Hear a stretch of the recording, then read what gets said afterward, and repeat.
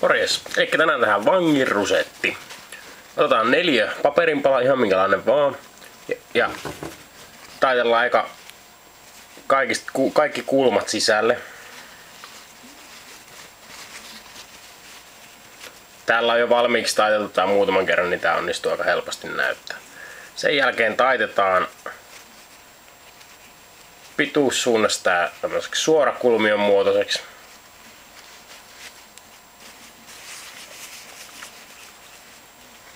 Jonka jälkeen otetaan tää saumaton tai mikä ei aukee nurkka, käännetään alas, käännetään toisinpäin ja toinen nurkka samalla tavalla. Jonka jälkeen täältä alta saadaan avattua neliöksi tää.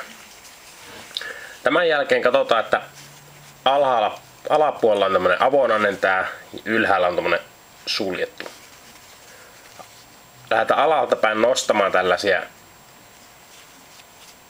ylöspäin näitä, mitä nämä nyt onkaan, sivuja.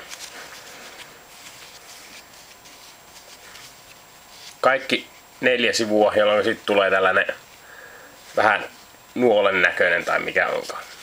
Taitetaan se tämmöiseksi kolmioksi, jonka jälkeen avataan molemmilta puolilta 2 kappaletta tällaisia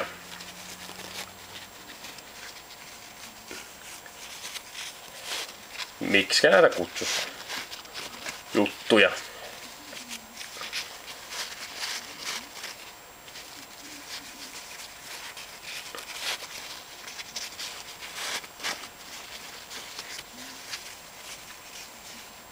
Jonka jälkeen tää näyttää täältä.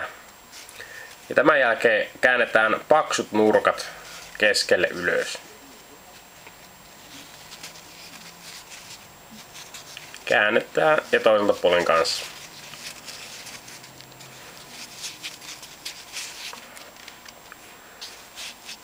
Tämän jälkeen on nämä viimeinen vaihe, jossa vangin rusetti avataan. Löydät